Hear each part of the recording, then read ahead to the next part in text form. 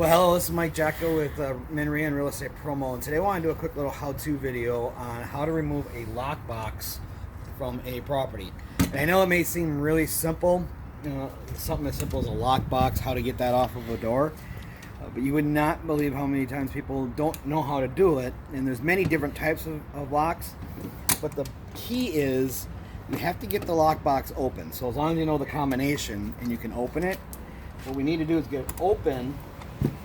And then we're going to look for, and there's many different types of lock boxes. Some of them will have a clip right here next to the bar, this particular style, and it's really hard to see, but there's a lever right up here. If you just slide that down, it'll release the shackle, and then it pulls out. And that's how simple they are to remove. Same thing with putting a lock on the door. Unlock it, release the shackle, twist it, find the right angle, and then slip them back in, and now it's secured on the door again.